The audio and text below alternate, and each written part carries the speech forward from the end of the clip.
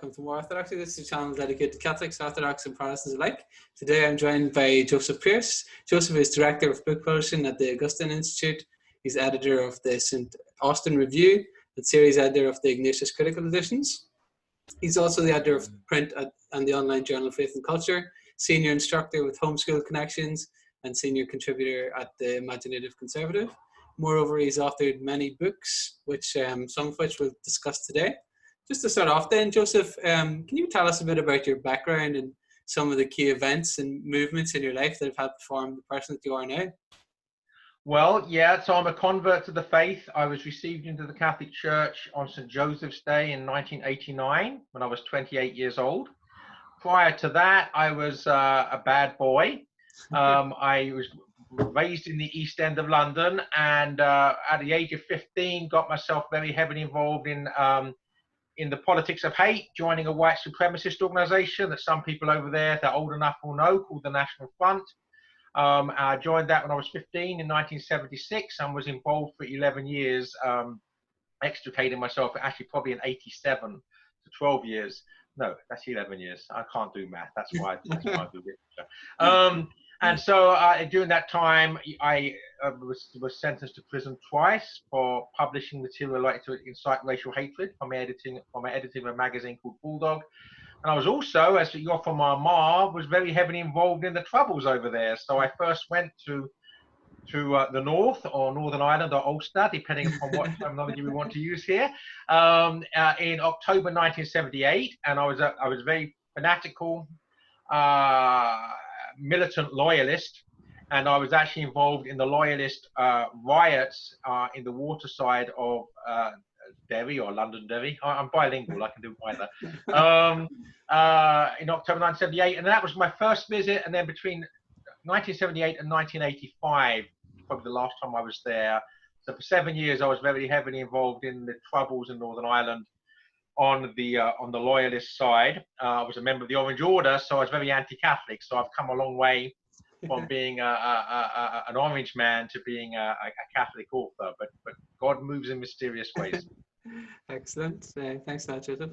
What then first prompted your interest in Catholicism and some of those loves that you have now, like literature and some maybe even biographies, because you've written so many excellent biographies as well? Yeah, well, I mean, I was very anti-Catholic, and nothing would have induced me to read a book that was overtly Catholic during those days. But I was very interested in politics, obviously, and someone said I was radical, which means I was anti-communist, but I also was anti-capitalist. I didn't want the world being run by global corporations and by whatever the 1970s and 80s equivalent of Bill Gates was.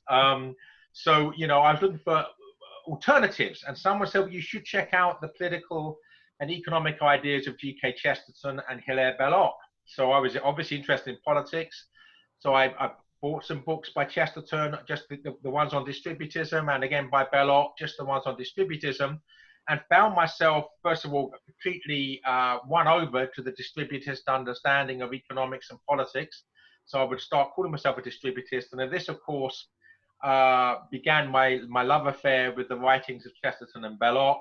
And at first I dismissed their Catholicism and put it to one side.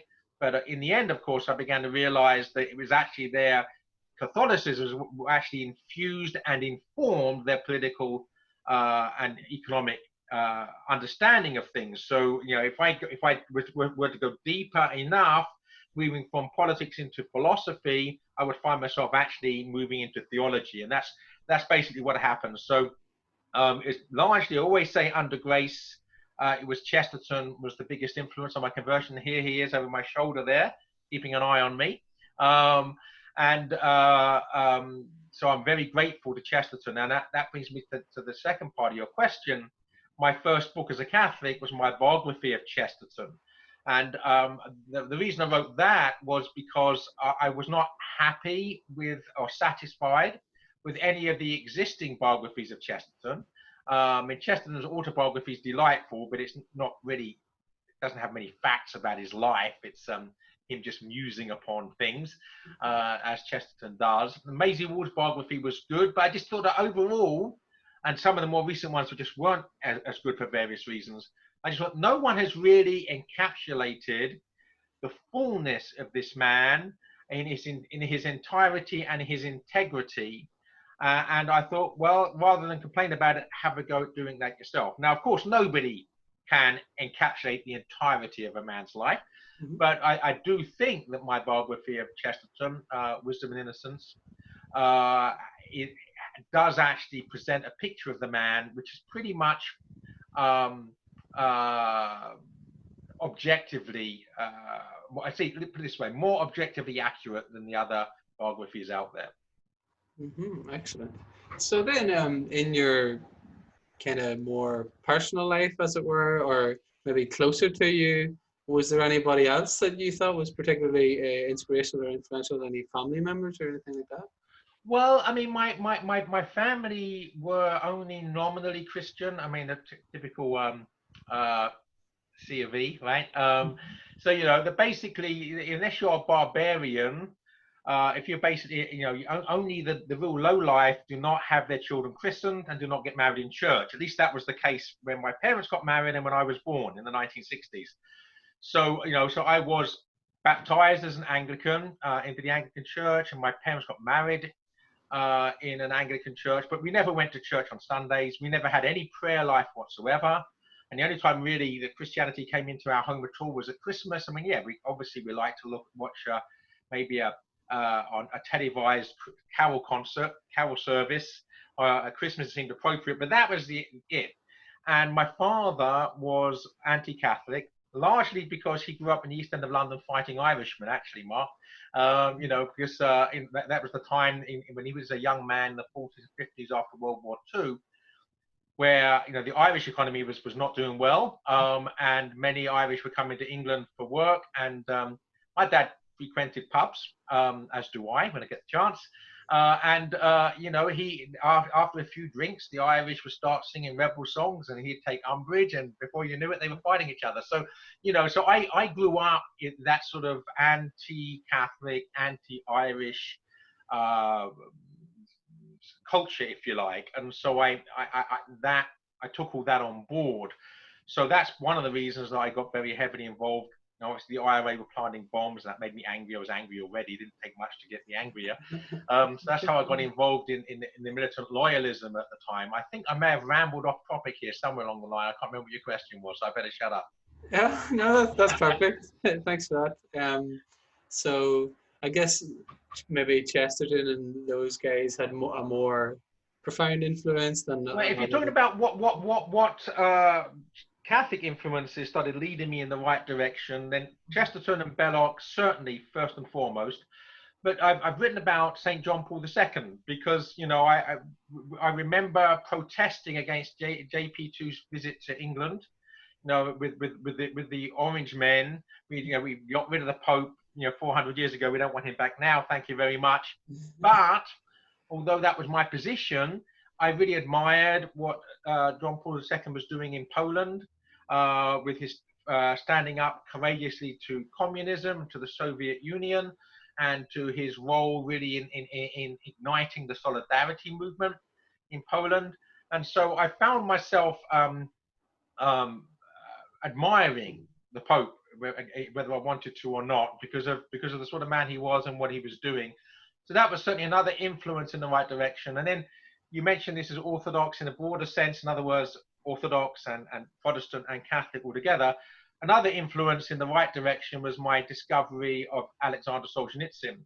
When I read the Gulag Archipelago when I was a teenager, I fell in love with just the heroism of the man, but also the underpinning philosophy and Christianity, Russian Orthodoxy in his work was another significant contribution in moving me in the right direction. Excellent. Then, since you have become Catholic, are there any elements in your life and work that you think have borne particularly rich fruit or that you're proud of? Well, if I'm proud of something, if I understand the word pride theologically, then I'm obviously not making progress. You know, I do actually try to avoid using the word pride, and I know it's one of those slippery words in the English language like love and other things that mean different things to different people, and pride, you know, legitimately, you know, self-respect and being, should we say, yeah, what word we have other than it, looking at your children being successful or what have you.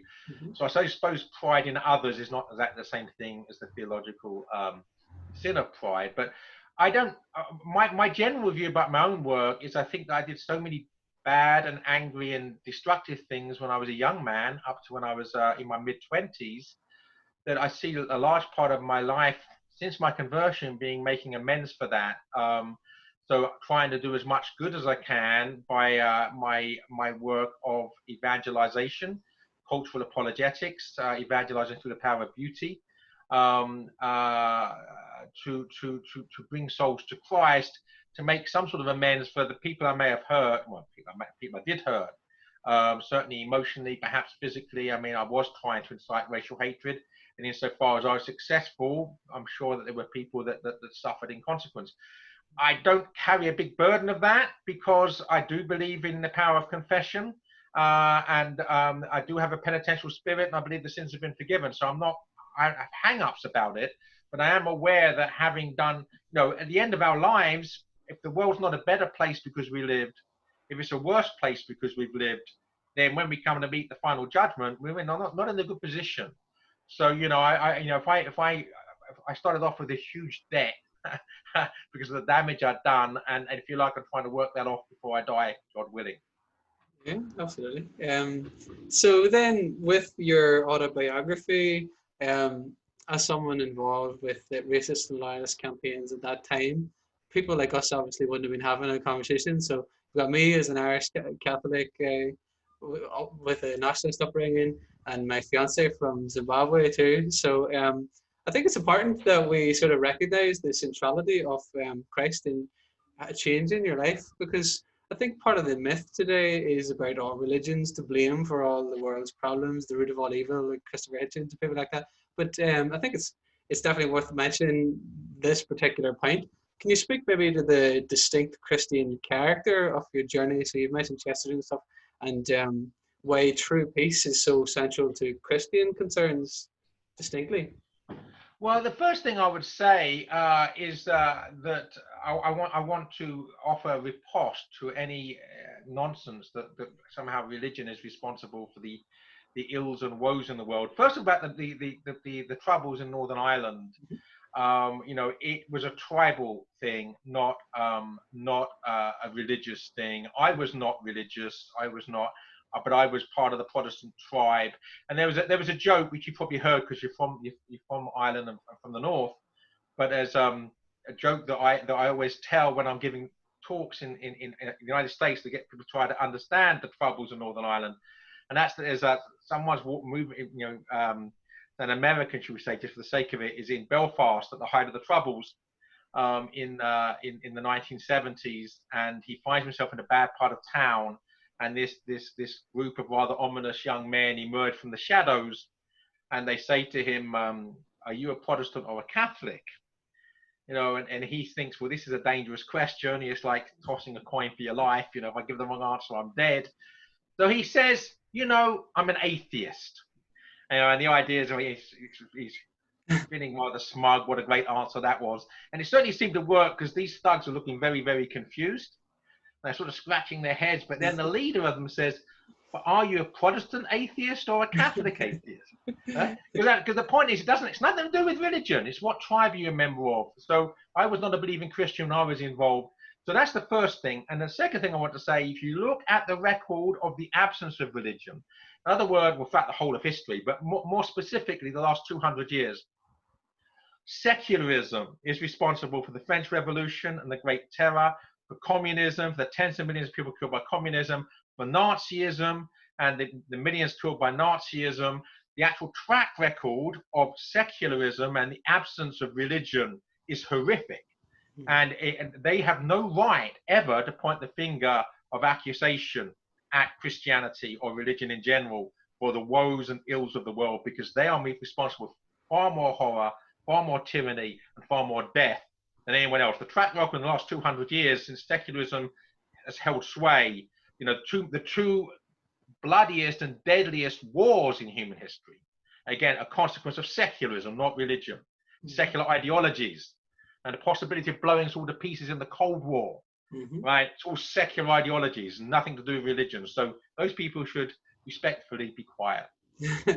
Very important. I also think that comes across whenever you read your biography about Solzhenitsyn as well, and like reading about the kulaks and all these different groups in the Soviet Union. Anybody that wants a lesson in history would do well to read that. I also want to just ask you briefly about the kind of so-called cancel culture today, and the fact that these secularist ideologies are so unforgiving that if you make one mistake, then you're out, you're done. Why is maybe the Christian emphasis on forgiveness such a wonderful corrective? And do you have any thoughts about that? Well, the first thing we have to realize, and you don't understand literature or the life of any person unless you understand, or certainly the plays of Shakespeare, if you don't understand that a human person is dynamic. In other words, that we are, in Latin, homo viator, we're men on a journey. And so that journey can be leading in the right direction or the wrong direction, but where we happen to be at the moment is not the absolute statement of who we are. So if someone makes a really bad mistake, then yes, they may need to be punished for that mistake. Of course, that's part of justice. But we should nonetheless realize that that person where he is now is not necessarily where he's going to be 10 years from now. It could be in a worse place or a better place. I mean, I look at myself and where I was in my early 20s. And it's by the grace of God, of course, for which, by the grace of God, I've cooperated, that that I'm not in that place. I'm in a better place now. But if people were just going to say, well, look at him, he's dead and buried as far as we're concerned because of one mistake he's made. This absence of forgiveness, this absence of mercy, this absence of the spirit of reconciliation, and ultimately it's the absence of the commandment to love our neighbor. So you mentioned it there briefly about literature. I think also what marks out your work, which I love, is your emphasis on beauty, goodness, and truth as both intrinsic and useful from mere subjectivist fancy, as we're often kind of led to believe these days. Whether that's individual opinions or whatever, or just the social construct of one society or whatever, as like structuralists and postmodernists and people like that often claim. Can you tell us maybe why that and true literature and the true, the good, and the beautiful are so essential and important? Okay, well, that's a big question. The first thing I would say is that I see reality, the cosmos, as a trinity of the good, the true, and the beautiful. I see actually the words of Christ when he says, I am the way, the truth, and the life, as actually a way of his saying, I am the good, the true, and the beautiful, because the way of goodness is virtue or love. Right? I am the way of love, the way of goodness, the way of virtue. I am the truth. I am reason. All reason points to me. All reason ultimately emanates from me. And I am the beautiful, which I actually connect to creativity. That, in other words, that God, if I'm looking out the window now, I'm seeing a whole bank of beautiful, tall, 60, 70 feet high trees. No two trees are the same. Trees are all unique, as human beings are unique. Our fingerprints are unique. Every tree is different because God does not mass produce like a robot in a factory. He loves things into being. So every tree out there is an individual, unique work of art. That's the way that God brings things into being. And by his will, we are made in the image of God in a way which separates us from other creatures. And that also is reflected in the good, the true, and the beautiful, the way, the truth, and the life. We can love, and love as a Christian understands it, not have sexual feelings. All right, we have ducks and chickens down there; they have sexual feelings. All right, love is a rational choice. So love is actually is subject to reasons. Love is a rational choice to freely choose to lay down our lives for another person. That's what love is in a Christian understanding of it. So love, so goodness cannot be separated from reason. And obviously, so we are able to love in that Christian understanding. Unlike other creatures, we are able to reason. So we can not just notice that it's light out there. We can actually know that light's coming from the sun. We can measure how far the sun is from us. We can, in other words, we have this capacity to reason in abstract terms as well, mathematics, etc. And we have the ability to make beautiful things like our creator. So we can not only measure how far we are from the sun, we can write a sonnet about sunset. So we have this ability to bring beautiful things into being through sub-creation, through creating, made in the image of God. So the good, the true, and the beautiful, as a reflection of the divine, the way, the truth, and the life, is at the very heart of the cosmos. And so what I try to do in my work of cultural apologetics is to show how that trinity, because they can't be separated, that trinity, which is at the heart of the cosmos, animates all reality. And so therefore we need to actually see who we are and where we fit into a wider scheme of things in light of that ultimate cosmological reality.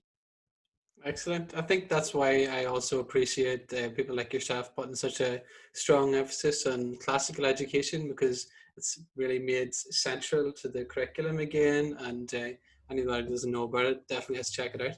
So regarding your book, Literature, What Every Catholic Should Know, who were some of the favourite people that you mentioned, and why have they moved you so much over the years then? Well, obviously, Literature, What Every Catholic Should Know is my most recent book, and it presents an overview of the most important works of literature of Western civilization, especially from the perspective of ones that Catholics really do need to know. So I try to be balanced, but I think you've asked me about favourites, so I'm happy to do that. I think the three giants, in terms of just their achievement and their brilliance and the beauty of their work and the wisdom of it in the whole of civilization, are Homer, Dante, and Shakespeare. And I love all three. I do love all three. I don't really like to have to separate them, but if I were forced to choose, I'd go for Shakespeare. Marvelous. So you've also written an excellent book biography that I mentioned before about Solzhenitsyn, A Soul in Exile. I was just wondering about this biography, what makes it distinct? Because I understand that you were given the green light by Solzhenitsyn, you even got to go and meet him. Could you tell us a bit about that? Yeah, to me, this is one of, apart from my reception into the church and perhaps my marriage to my wonderful wife and the birth of our children, but this is one of the great moments of my life, and certainly one of the great honors of my life, that very few other things can match. And that's my meeting Solzhenitsyn at his home just outside Moscow. The story behind it's actually astonishing, really, because at the time I wrote to him, and the first thing I should say, I have no memory now, no recollection of how I found his address. No idea, but somehow or other, I found out where he lived in Russia and wrote to him. And at that time, I'd only had one book published, and that was my biography of Chesterton. And also at that time, Solzhenitsyn had refused to speak to any Western writers for quite a number of years because of the abysmal way he'd been treated by the Western media. He just said, well, fine, I'm just not talking to you anymore. So I wrote to him, having written just one book, and I basically said that I didn't think that any of the previous biographies of Solzhenitsyn had really captured the centrality of his Orthodox faith as the animator of his actions. And also mentioned that by way of sort of a CV, I published a biography of Chesterton. So I wasn't expected to receive a reply, but nothing ventured, nothing gained. But the best I was really hoping for was that I'd get a letter from Solzhenitsyn saying, thanks, but no thanks, but signed by him. And I thought, hey, I got a letter from Solzhenitsyn, that's not bad. But so imagine my astonishment when he replies that yes, he would grant me an interview, and given me the contact details of two of his sons who speak fluent English to arrange with them for my flying to Moscow to interview him. So astonished, I went to see my publisher, who at the time, I was living in England, at the time was HarperCollins in London. So I went down to London from Norfolk, where I was living, and waved this letter from Solzhenitsyn in front of their face and said, you have to give me a contract to write a book of Solzhenitsyn, and you have to give me an extra X amount of money to pay for my trip to Russia. And they looked at it, and they were as astonished as I was, and said, no problem. So then I went out there, and And then the reason, I obviously believe, well, I know that Solzhenitsyn agreed with me that previous biographies had not placed the centrality of his Christian faith where it belongs, in the center. But the other thing, before he came down, his wife took me into another room and pointed to the top shelf of bookshelves, and there were the complete collected works of GK Chesterton by Ignatius Press up there. So clearly, Solzhenitsyn was an admirer of Chesterton, and so once again, I have a debt of gratitude to GK Chesterton. This time, not for getting me entry into the church, but getting me entry into Solzhenitsyn's home and life, which was obviously the background and the foundation of my biography. Excellent. And why do you think Solzhenitsyn has fallen out of favor now? And what are some of the timeless qualities that he has to offer us now and into the future? Well, I think there's two things I would say here. And the first is that where does Solzhenitsyn stand in Russia at the moment? And the second is, where does he stand in the West? Now, when he returned to Russia in 1994, he was spurned.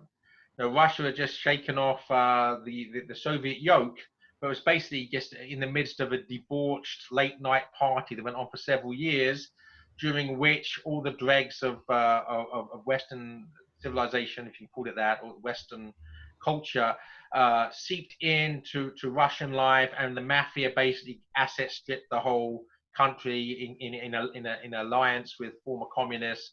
The whole thing was an anarchic mess. So when Solzhenitsyn comes back and says this has to stop, he's very unpopular in the 1990s. But by the early 2000s, he's seen as a prophet. The tide had turned. And as Solzhenitsyn said, I am not an enemy of the West. If the Iron Curtain, he said to me in the interview with me, the Iron Curtain had come down and the cream of Western civilization had seeped over the top, I would have rejoiced. He said, but what happened was the Iron Curtain came up and all the dregs of Western culture came in, all the pornography and the nihilism and the decadence, etc. So when the tide had turned against that nihilism and decadence, which it did in the early years of this century, Solzhenitsyn all of a sudden was seen as the grand old man of Russia, the prophet. And so, for instance, Putin made a point of visiting Solzhenitsyn in order to bolster his own electability, and also to get Solzhenitsyn's approval for reforms in education. And funny enough, by the way, the one consequence was that Solzhenitsyn's Gulag Archipelago, so his 3-volume expose of the horrors of the Soviet prison system and tyranny, was actually overseen by Solzhenitsyn's widow after his death, was made into a 1-volume work approved by Solzhenitsyn's widow, which is compulsory reading by every Russian high schooler now.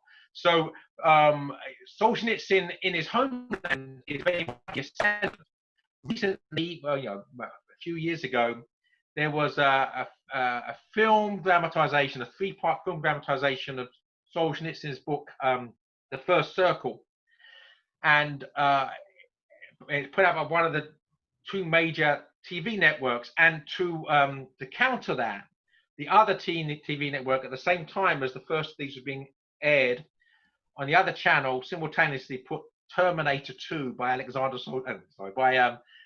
Arnold Schwarzenegger, or starring Arnold Schwarzenegger, and there were 3 times as many people watched Solzhenitsyn as watched Arnie. So in Russia, he's a big name now. Now, as regards the West, I would say, again, it depends where you are. He's always been much more widely read in France, in either the UK or the US.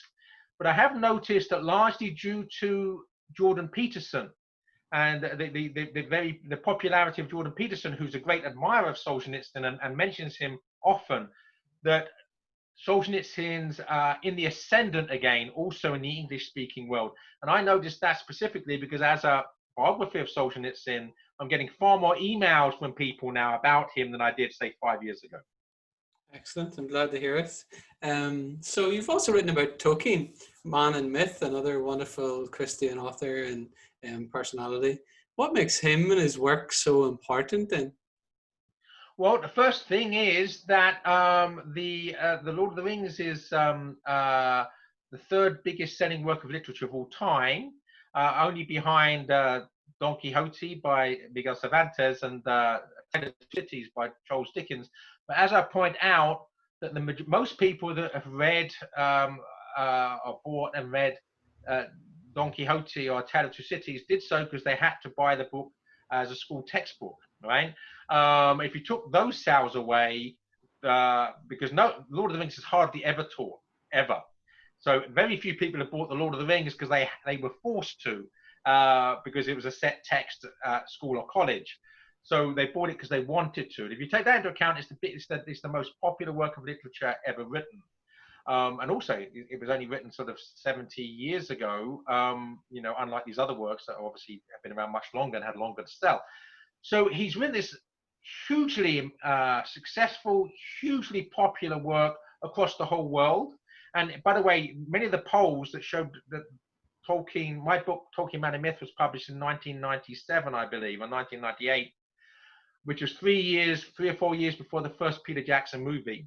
And all of the opinion polls I quote at the beginning of that book about Lord of the Rings being the most popular work in the UK and the US, predated the Jackson film. So we can't say that Lord of the Rings is popular because of the movies. In fact, it's the other way around. The movies are popular because of the book. Although, he obviously, Jackson did a great job in cinematography. That's another discussion.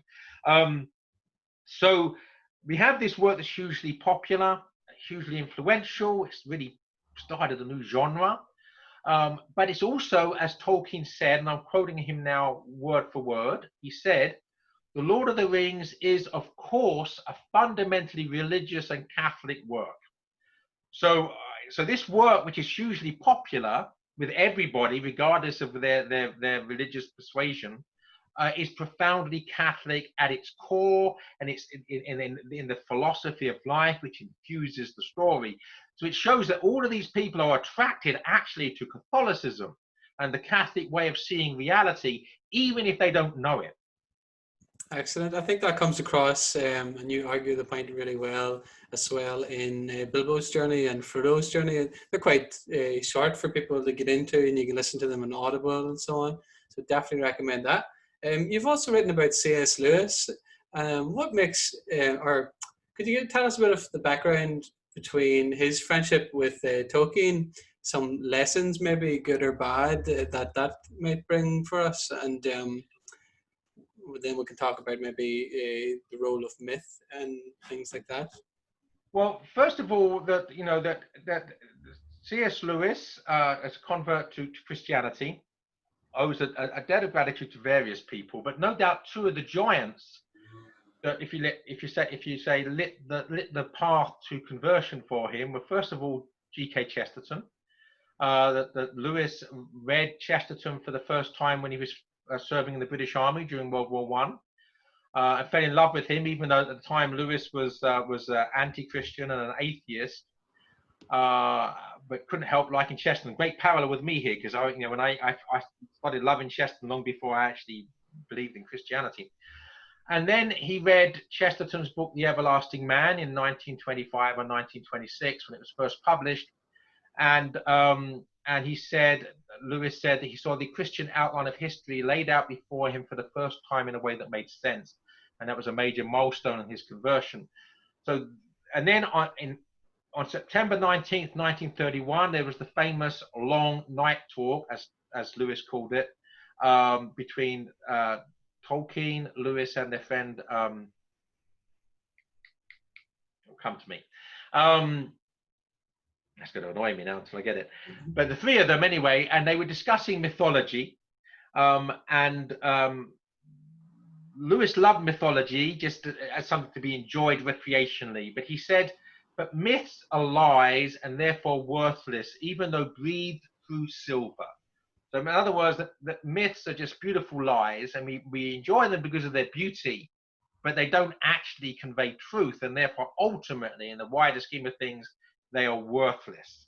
And this was like a red rag to a bull to Tolkien, who said, no, they are not myths, and then expounded upon what I call Tolkien's philosophy of myth, where he basically shows that how story is the means by which God himself relays reality to us. Now, history being a story, that of course the life, death, and resurrection of Jesus Christ being a story. Within that story, Christ himself teaches the most powerful lessons on two levels of story. On the primary level, by what he does, by his actions, by his life of virtue. So within history, but then also within that story, he tells other stories. So many of the most powerful lessons he teaches us are in his parable. And so the way that God illuminates reality to us is through the power of story, through the power of narrative, the power of myth. And we should say, by the way, this is important.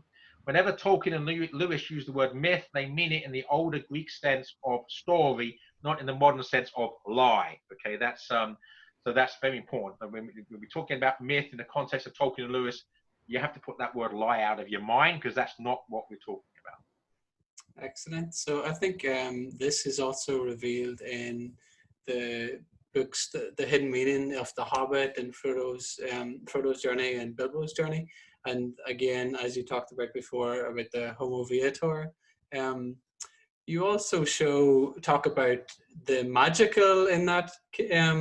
Are there any threats posed by the kind of inordinate power of technology now and so on, the vogue in transhumanism, that those books can maybe teach us some lessons about? Because that's something that clicked with me whenever you mentioned about the magical qualities in those books. Yeah, well, first, I mean, Arthur C. Clarke says somewhere that when technology starts doing things that could never have been done before, it's indistinguishable from magic. And what we have to understand here is, again, how Tolkien and Lewis understand the word magic, and the way it's used in their work. So for them, magic is connected with medieval alchemists.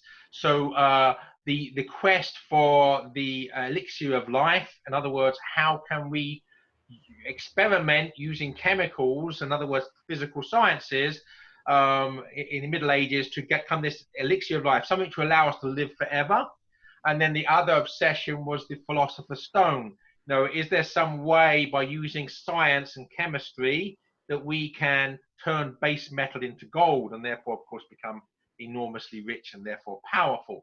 And the irony, of course, is that if you actually look around, I don't know the figures, but I'm guessing 90% or 95% of all scientific research is geared towards either the elixir of life or to turning base metal into gold. In other words, making loads of money or getting us to live for as long as possible.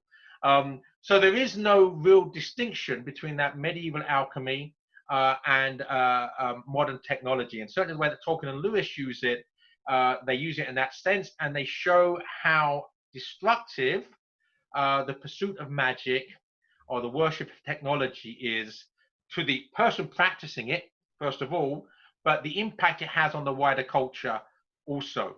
And the ultimately destructive aspect of it. It doesn't actually achieve what it sets out to do, but it doesn't. The byproducts of that lack of success is destructive. I mean, look, at the moment, we've all forgotten about the existence of nuclear bombs, none of which have been dropped in warfare. The atom bomb, which was horrific, is nothing compared with the actual nuclear bombs that are out there now.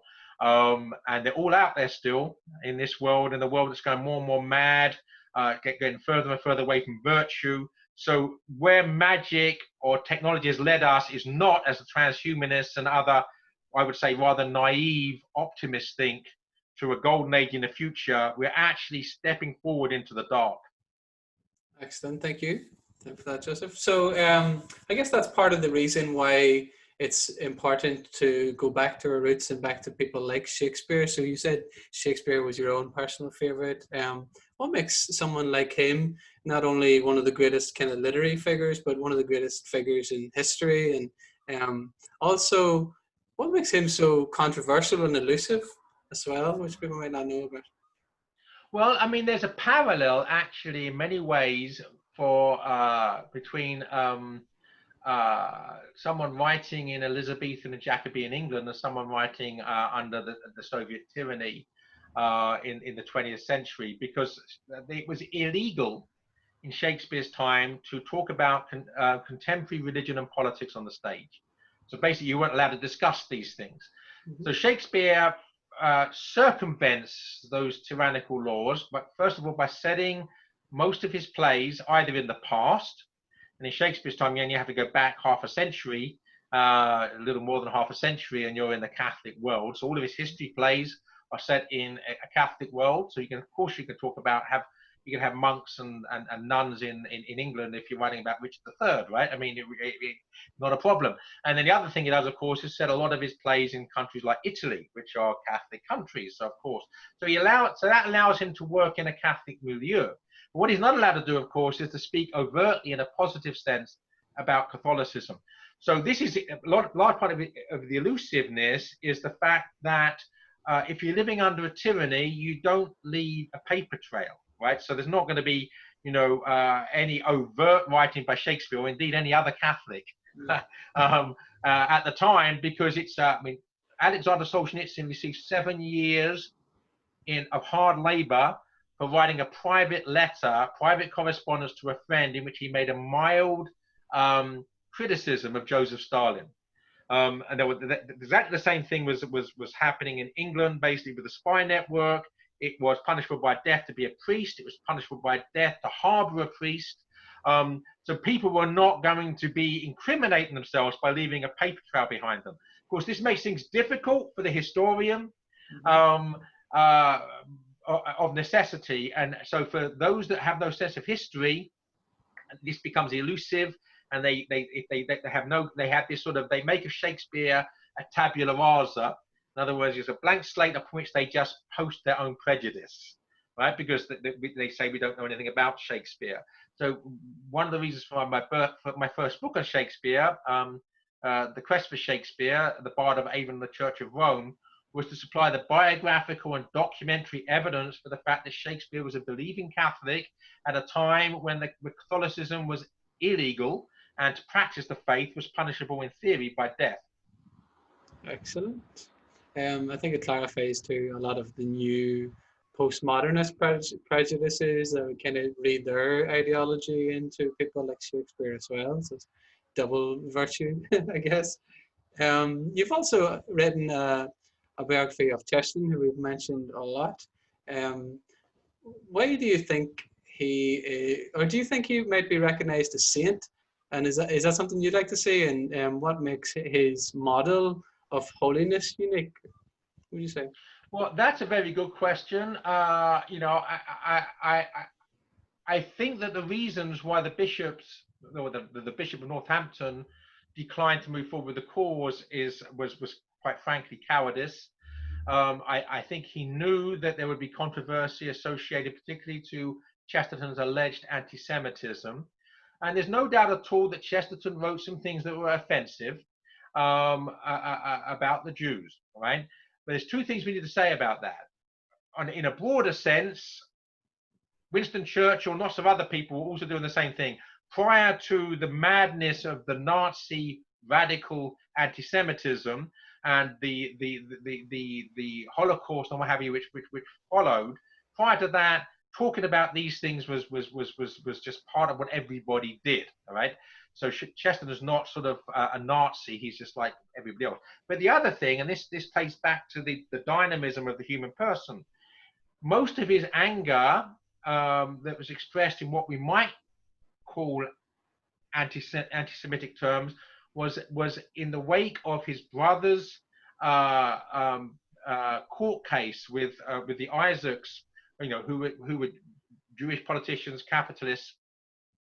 And then his brother died at the end of World War I, and this actually was the closest Chesterton got to being seriously knocked off of his equilibrium. And he was angry, first of all, that his brother had died, but particularly angry that his brother had died while people like the Isaac brothers, Godfrey and Rufus Isaacs, were prospering in the secular world, and they hadn't got out to fight, etc. So for a period of just about 2 years, about 1918 to about 1920, we have this element of almost a lack of charity in Chesterton, which is very unlike him. You know, we actually read what he writes in the broader scheme of things.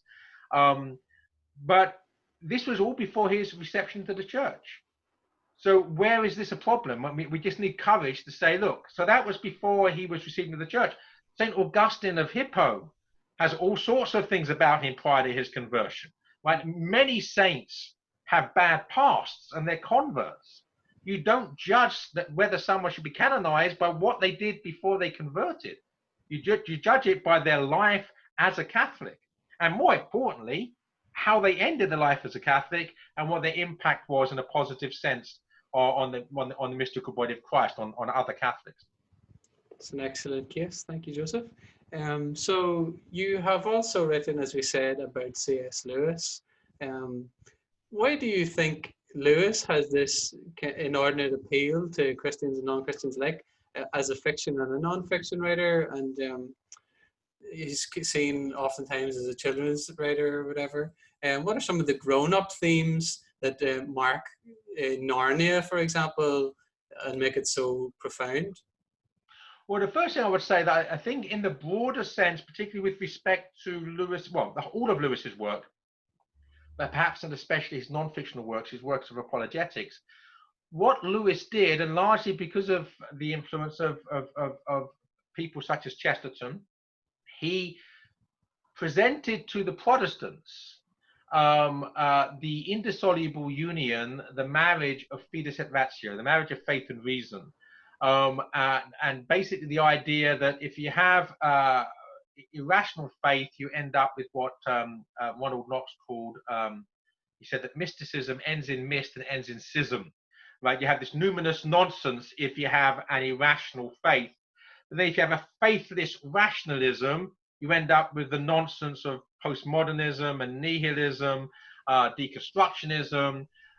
So again, if you endeavor to use reason in the absence of faith, you go mad, all right?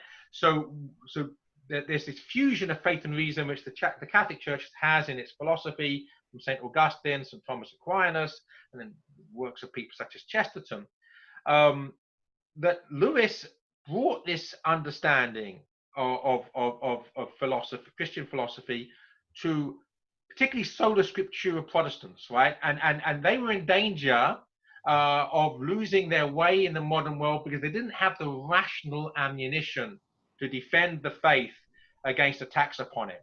And Lewis provided that. So I think that's one of the reasons he's very important, and one of the reasons he's very popular, because people can read Lewis and get the answers they need to the modern world's attacks upon the faith. As regards his fiction, I'd love to write another book, by the way, on his adult fiction, on the Space Trilogy and The Great Divorce. One of these days, God willing, till we have faces. But I did write a book, as you alluded there, called Further Up and Further In, Understanding the Chronicles of Narnia. Because these works, are ostensibly for children, but there's so much deep theology and philosophy and knowledge of history that it inform the stories that an adult can return to them and just be equally delighted and enthralled, and with all sorts of new things they would have missed when they were younger, because they see what's going on this deeper level. And one of the things that make Lewis a genius is his ability to tell a story that includes all of these really deep things without actually spoiling it as an adventure that children can enjoy. But we can come back and sort of find things to meditate upon and contemplate upon. Excellent. Thank you for that. So let me give just one example, just to illustrate it, because otherwise it's all somewhat abstract. The best known of the Chronicles of Narnia is The Lion, the Witch, and the Wardrobe. Now, the White Witch, who's basically standing in for Satan, demands that Edmund must be sacrificed to satisfy the deep magic from the dawn of time. And when it's suggested to Aslan, in other words to God, that can't he just bend the law, right? This deep magic from the dawn of time, he said, well, break my father's law, basically, the Emperor oversees law. You know, he growls. No way. So the deep magic from the dawn of time, which is justice, has to be assuaged. And then, of course, Aslan, to the White Witch's delight, offers himself in place of Edmund. Of course, we see the parallels with Christ here.